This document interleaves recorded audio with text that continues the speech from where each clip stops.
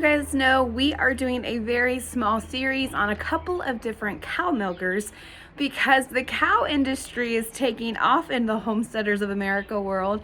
And so we are constantly asked questions like, what's the best milker? What are my milker options? What's the difference between a milker that has a pulsator and one that doesn't? And so we are kind of taking this journey with you guys with my own milk cows and kind of just showing you what your options are. And so it's been really fun to get to know two different milkers. And today I'm going to talk to you a little bit about the MIDI Supply Melasty milker. Now this milker is unlike the previous milker, that video that we did, and then I will eventually do a combination video where I go through the pros and cons of each one.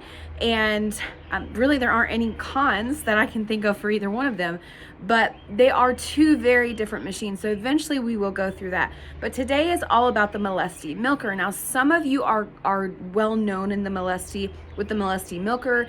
It's one of the most common milkers in the homesteading world. And so this milker has the big claw with a long hose and the big engine that you can see. And this thing is a workhorse. Let me just tell you, when I got it, I was so intimidated because it was so much bigger than the other milker I'd been used to milking, but it's because it has a totally different purpose. It's very resilient. It's very strong. I was very impressed in the resiliency of this milker. And it's also something that I can keep outside or in my barn, and it's less likely to be conditioned or under conditioned to the weather. And so those are a couple of the reasons that I wanted to try the Melasty milker for you guys. Now, since I've gotten the milker, we have gone through almost every weather possible with this thing. And it's been taking me a while to get this video out because we've gone from snow to torrential downpour to hot days, then back to torrential downpour. And so the weather conditions and cold and snow and all of that have not been ideal. However, it did allow me to have time to take this milker through all of those seasons, and every single morning when I got up, the milker worked. Now, I will say that the milker is housed in our milking stanchion, and so it is under roof. They do make a milker cover that you can put over the Melasty milker, or they even make wall units, which honestly, I wish I would have gone with the wall unit because to me, the Melasty is a great stationary machine, even the portable one. Now, I will say the one I got is a portable milker, and it works pretty well on many terrains. It does better on a flat terrain or a non-rocky one, but you are able to take it to and from your home or to and from a barn if you need to. And so that was one of the benefits too. Now, the milker that I got is all electric. They do have an option. I know some of you are off grid. I know that some of you won't like to milk in the field like I do. So they do have an option for a generator engine plus the electric engine, which I also wish I would have gotten, but it's not as common for people to need those. And so they just have so many options for each person, for each farm. So they have just straight up small milker with your electric cord to a big milker that can milk multiple cows. We're talking like 4+, and a huge tank or a little tank, or the generator or not generator. So there's options. The one thing I will also say is my milker came with a large 5-gallon, I think it was, pail. I don't need that right now for the one cow that I'm milking. We'll be milking 2 cows soon, and so I will need that. But you don't have to do that option. They actually have where you can get the 2.5, I think it is, gallon pails. If you have 2 cows, you can get 2 pails and 2 claws. If you just have 1 cow, you can buy extra pails. And so I loved how customizable this milker was because it has an option for everyone, literally everyone, and what you might need for your particular farm. So Melasty milker goes from the small homesteader to the bigger micro dairy, okay? And I'm sure they actually even probably have larger dairies. I just don't want to claim that if I don't know. And so this was the reason I wanted to try the Melasty milker. Now, my intimidation in the beginning was not warranted. It just looked intimidating. It wasn't actually intimidating. Once I got the milker outside, I realized there were only four, I guess, real things that I needed to know. One, how to turn it on, which was very easy. There's just a switch on top that you flip on. Two, the pressure gauge, which I have to tell you, this pressure gauge maintains pressure very, very well. That's one thing we'll talk about in the comparison video. But I was really surprised that I did not have to constantly adjust the vacuum. So that was a big bonus for me. Next was that pressure gauge. Where was the pressure gauge and how did it work? Stupid simple. Once I've set it, I've never had to set it again. That was pretty incredible for me.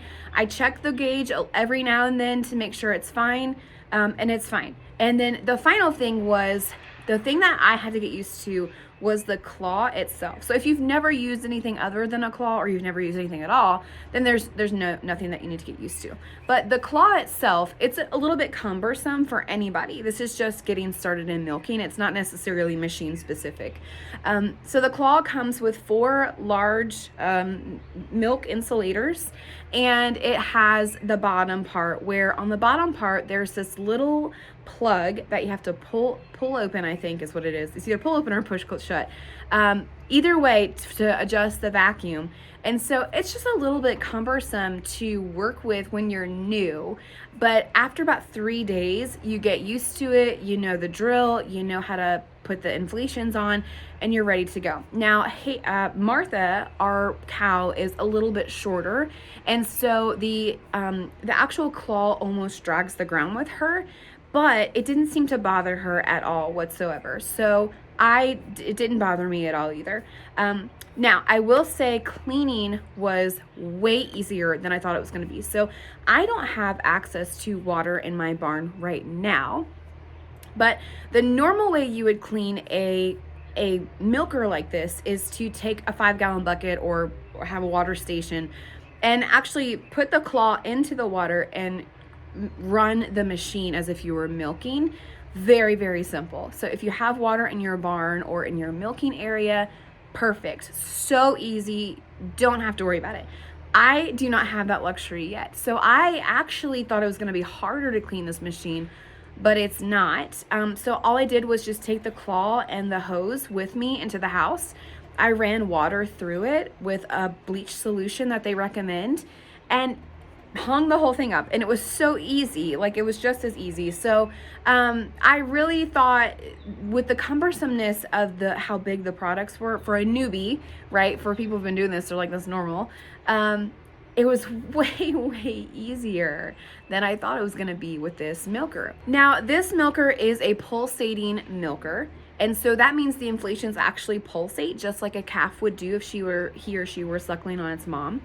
And that was really a cool thing to watch, because these inflations are clear at the bottom, and so you can actually see the pulsator moving and drawing out that milk, which was great. And so the pulsator, you can hear it clicking, and it works really well for most cows, I would think. In fact, the argument is that you should get a pulsating machine so that it mimics the calf, so the letdown is easier, and I would agree with that. In the beginning, we had Martha, and she was used to a pulsating machine, and so it took her a while to get used to a non-pulsating machine, and because she was calf sharing, the letdown took longer. And so I wished I had this machine when we were calf sharing, because she was used to that, and it would take a little less time if I had a pulsating milker. So overall, this milker has been extremely easy to use. It's been extremely easy to clean. They have so many options that I could have chosen from. I just chose this option. I would love to get an in the wall option, and maybe that in our budget will be later on down the road, because we're about to turn this side of the barn, which you can't see yet, into an actual milking parlor where there's a stanchion and there's tables and lots of all of their equipment and stuff, so that we can have a more designated area for milking. We have a milking stall right now, but it just doesn't do the exact job that we're gonna need it to do, because we have a raw herd share milk program, and I need a bit more room when we'll be milking 2 to 3 cows at a time on this farm. And so that would be a really great option for the average homesteader who is doing milk herd shares. and you can buy individual claws or you can change out inflations, which was really cool. Now MIDI Supply also sent me a lot of extras, and I think that just comes with each order. They sent me extra things in case something goes bad. They send you all kinds of information. I never once had to go searching for information on how to use this machine. The pamphlets were very easy to read through with pictures. I enjoyed that because I like to read and learn how to use things. And ultimately, we just have really enjoyed this milker. And so I want to encourage you to go through this video and see how easy it was to milk the cow and get things going. Literally, there's like 4 things you need to know about the machine. It looks huge and intimidating, but it is not huge and intimidating. It's actually very, very easy to use and very easy to clean. And we have really enjoyed having it on our farm.